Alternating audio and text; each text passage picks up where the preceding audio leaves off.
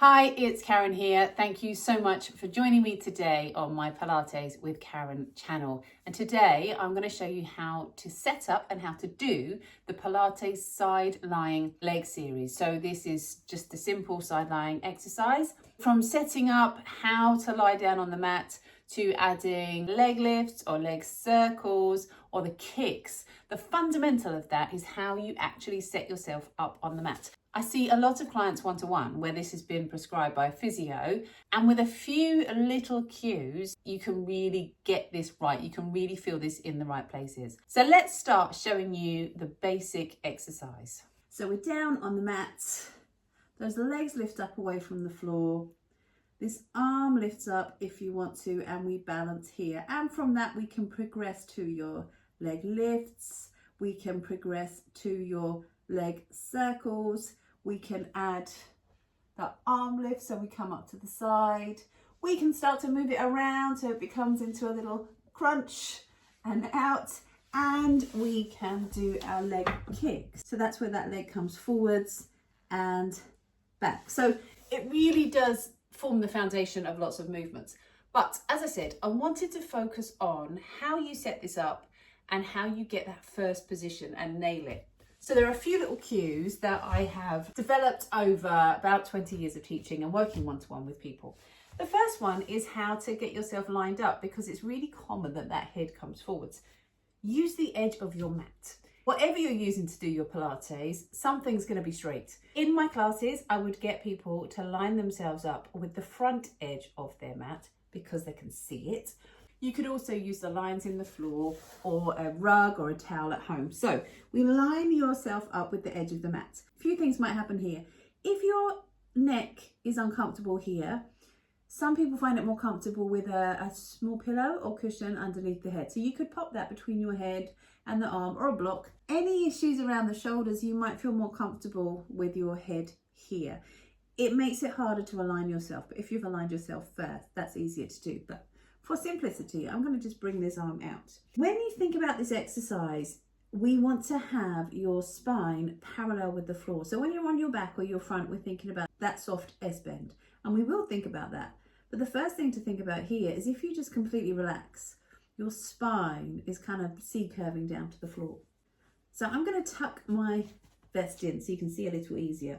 What I'd like you to do to achieve your spine being parallel with the mat is to just pop your hand under your waist. So you get a little bit of space between your waist and the floor. Imagine the mat was cold and you're just trying to lift up away from it. The other thing you can do is take your top leg and just press it a little further away. And can you see how that shifts the pelvis slightly? So you have this lift under your side. When we lift the legs up, that kind of corrects itself. The next thing I want you to do is make sure your hips are actually on top of each other. Some people have discomfort around this hip. Maybe they've got kind of tight IT band, and to lay down on that feels uncomfortable. So if that is what's happening for you, pop something soft underneath there and then just have a little roll forwards and back, because I want you to get to that point where your hips are directly on top of each other. And so many people are actually there when they think they are there. So don't be that person. Then I want you to bring your fingertips down on the floor, pick up your feet and just bring them in front of you slightly. So there are lots of different ways to teach this exercise. I generally start with having those feet slightly forwards for reasons I will explain a little bit later. What I also then want you to do is take this hand and bring it onto the bottom of your ribs, so lower back, bottom of your ribs. Take a big breath in and gently press your ribs into your hands, because I want you to be aware of using these muscles here. So that for me is a really nice way of making sure you get those muscles switched on and ready for action. And then before we do anything else, think about your ribs here. And on an out breath, when you're ready, feel that you pull both sides together. So we're doing two things. Remember, we're kind of feeling that corset of muscle wraps around us, and we are feeling with this hand on your back that you activate these muscles top to bottom. Then let your hand come down to the floor, and then let your feet lift up and away from the mat. So we're going to come into your hover position. Leave your hand down onto the floor for a little bit, because again, I want you to think, are my hips stacked?